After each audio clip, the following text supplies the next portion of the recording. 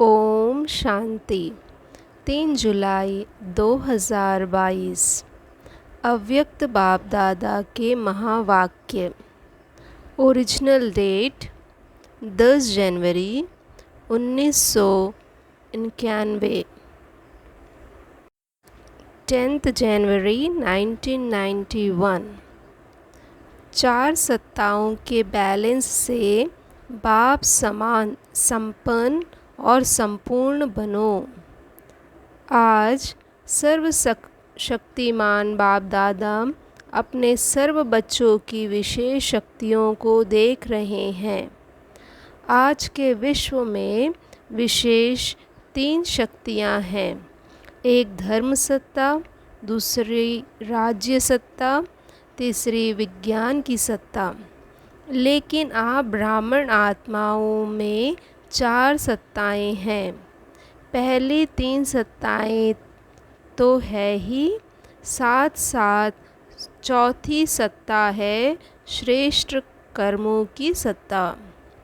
आज के विश्व में इस चौथी सत्ता की कमी है। इसको ही कहा जाता है श्रेष्ठ चरित्र की सत्ता। इन 4 सत्ताओं द्वारा आप ब्राह्मण आत्माएं अपना और विश्व का कल्याण कर रही हो। अच्छी तरह से जानती हो कि चारों ही सत्ताएं हमारे में हैं। चारों ही हैं, वह सिर्फ एक धर्म की सत्ता है। धर्म सत्ता अर्थात सदा श्रेष्ठ, सुखी, खुशनुमा जीवन जीने की कला। इसको ही धर्म अर्थात धारणा कहा जाता है।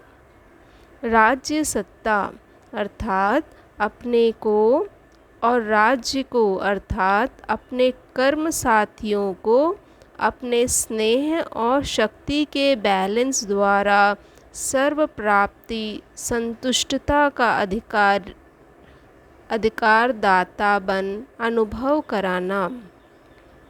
राजा अर्थात दाता, हर एक द्वारा संतुष्टता की वाह हो। यह है यथार्थ राज्य सत्ता। तो राज्य सत्ता अर्थात स्वयं चलने की और औरों को चलाने की कला। विज्ञान की सत्ता अर्थात विज्ञान द्वारा साधनों द्वारा प्रत्यक्ष फल की अनुभूति कराने की कला। श्रेष्ठ कर्म की सत्ता अर्थात कर्म का वर्तमान फल, खुशी और शक्ति अनुभव करना और साथ साथ भविष्य फल जमा होने की अनुभूति होना। इसको कहते हैं कर्म के खजानों की संपन्नता के नशे की कला। अब सोचो, यह चारों कलाएं आपके जीवन में हैं। सबसे बड़ा खजाना श्रेष्ठ कर्मों का खजाना है। अगर श्रेष्ठ कर्मों का खजाना जीवन में नहीं है तो मानव जीवन अमूल्य जीवन नहीं, लेकिन पशु समान जीवन है। आप सभी किस अथॉरिटी से विश्व के आगे चैलेंज करते हो कि जीवन जीना सीखना हो तो यहाँ आकर सीखो? यह चैलेंज करते हो ना? राजनेता हो, चाहे विज्ञानी नेता हो, चाहे धर्म नेता हो, सबके आगे रूहानी फ़कुर से कहते हो, बेफिक्र बादशाह बन के देखो। बादशाह हो ना? जीवन का यथार्थ आनंद अनुभव कर रहे हो ना? सबसे बड़ा खजाना किसके पास है? हमारे पास है। अथॉरिटी से कहते हो ना, क्योंकि दुनिया में 3 सत्ताएं, आपके पास 4 सत्ताएं हैं और चारों ही सत्ताओं का बैलेंस यही बाप समान संपन्न और संपूर्ण स्थिति है। तपस्या वर्ष में क्या करेंगे? इन चारों सत्ताओं को चेक करना है। चारों ही सत्ताओं के आधार से एक रस स्थिति का आसान सदा अचल अडोल रहेगा। तपस्या सदैव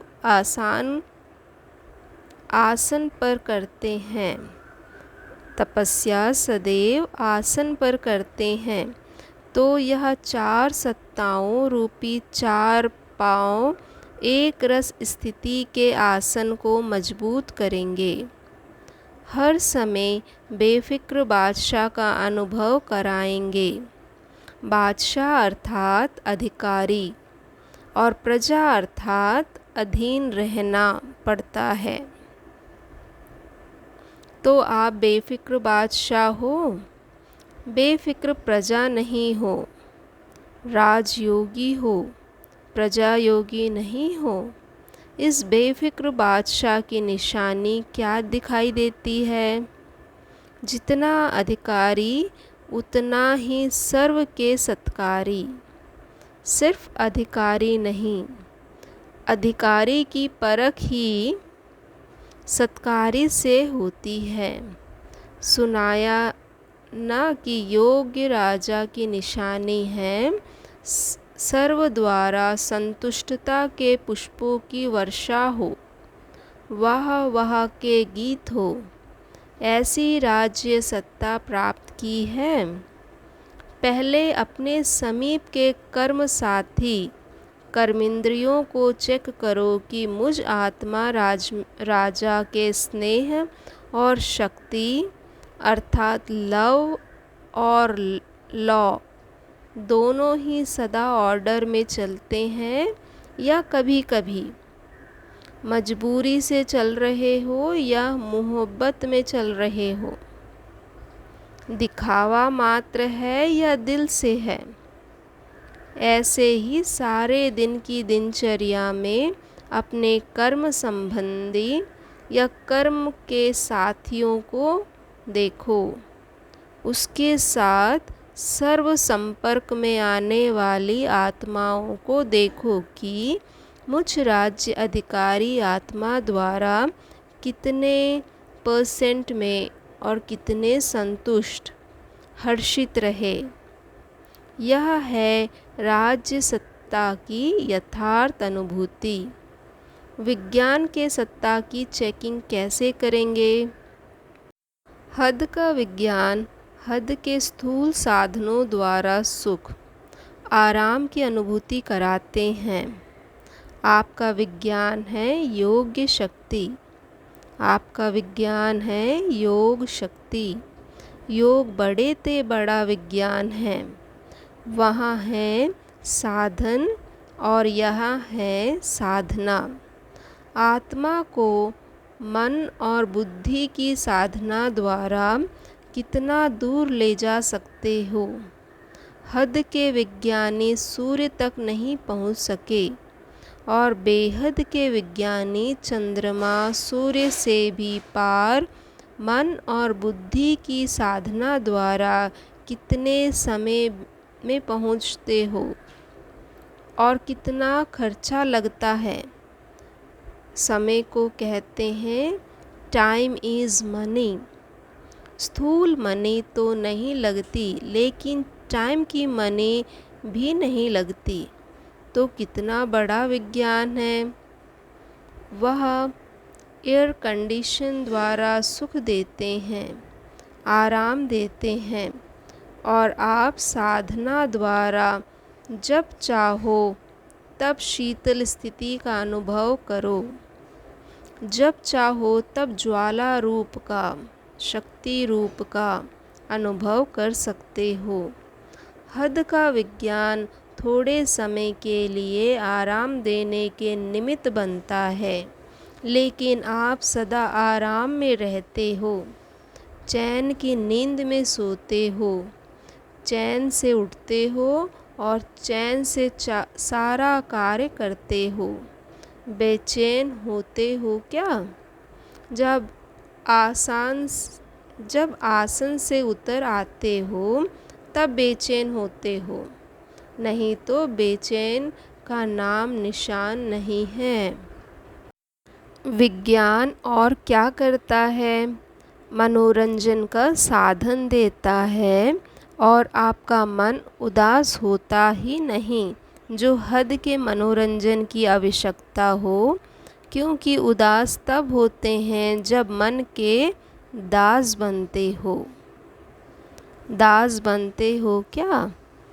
या कभी कभी 63 जन्मों के संस्कार आ जाते हैं।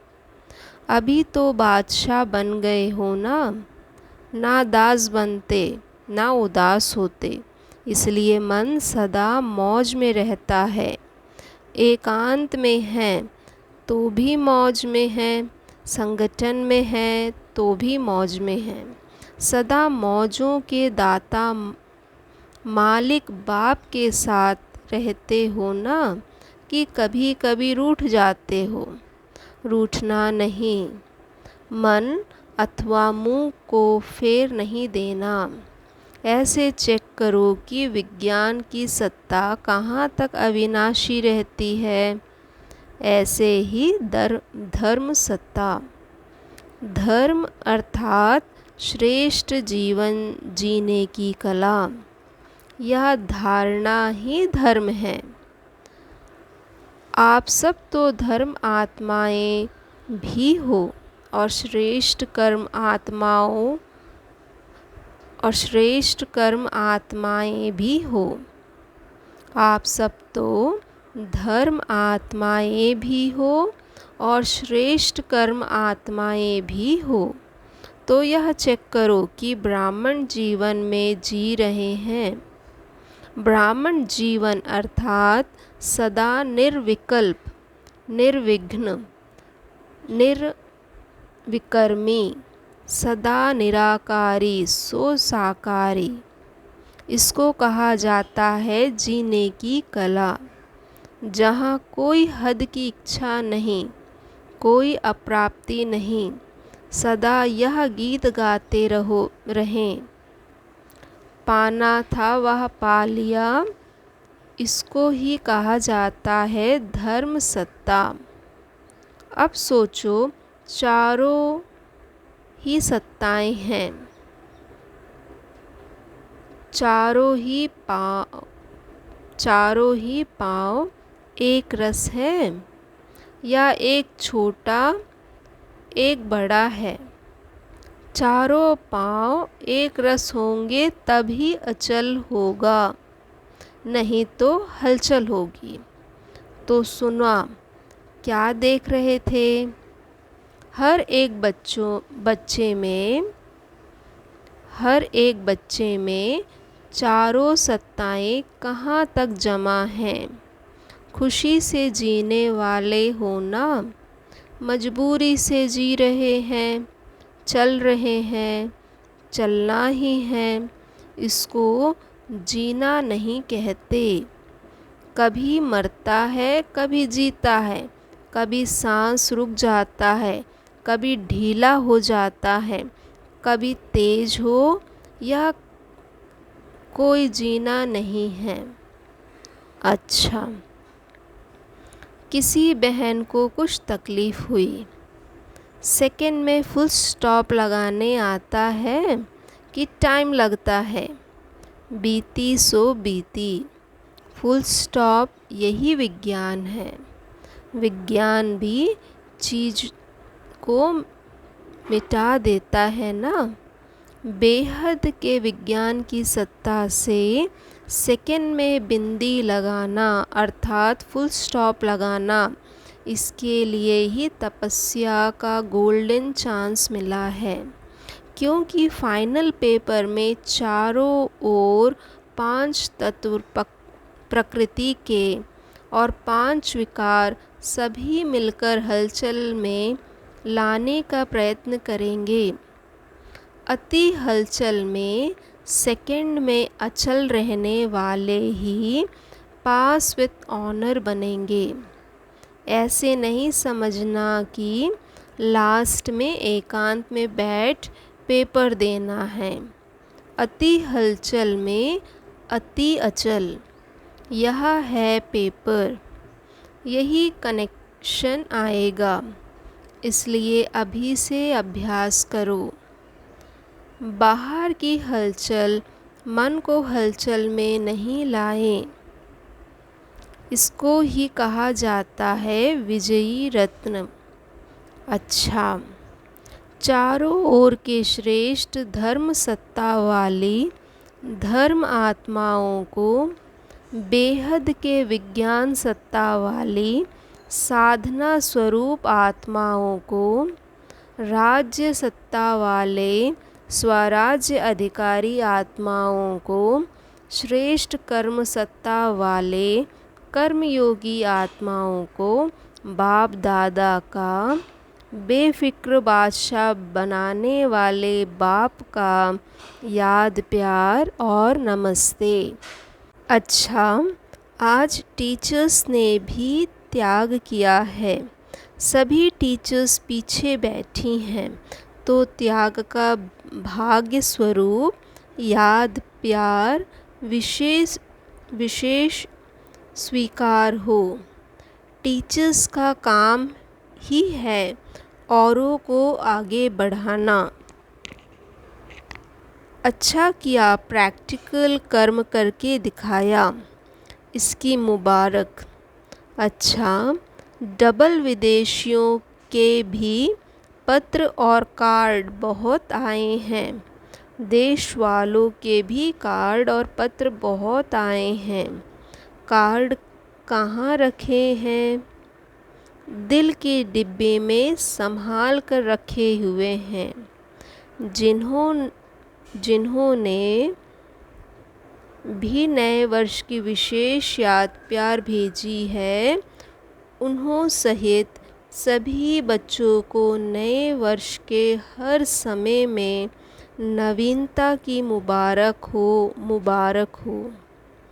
अब विश्व में एक एग्जाम्पल बनकर दिखाओ कि कर्मयोगी स्थिति की क्या कमाल होती है। जो एग्जाम्पल बनता है ड्रामा में, एग्ज़ाम के टाइम उसे एक्स्ट्रा मार्क्स मिलती है। अच्छा, पार्टियों से अव्यक्त बाप दादा की मुलाकात। बाप के साथ रहने से श्रेष्ठ स्थिति का सहज अनुभव कर रहे हो ना। दिन रात बाप के साथ की अनुभूति करने से सहज ही श्रेष्ठ अनुभव करते रहेंगे, क्योंकि समीप से शक्ति मिलती है। जैसे साकार में समीप रहना सहज लगता है, ऐसे अव्यक्त में जितना अटेंशन देते रहेंगे उतना सहज अनुभव करते जाएंगे। सभी निरंतर योगी हो ना। योगी जीवन वाले हो, जीवन निरंतर होती है, 2 घंटे की नहीं होती। जब एक बार अनुभव कर लिया कि बाप मेरा, मैं बाप का, तो अलग कैसे हो सकते।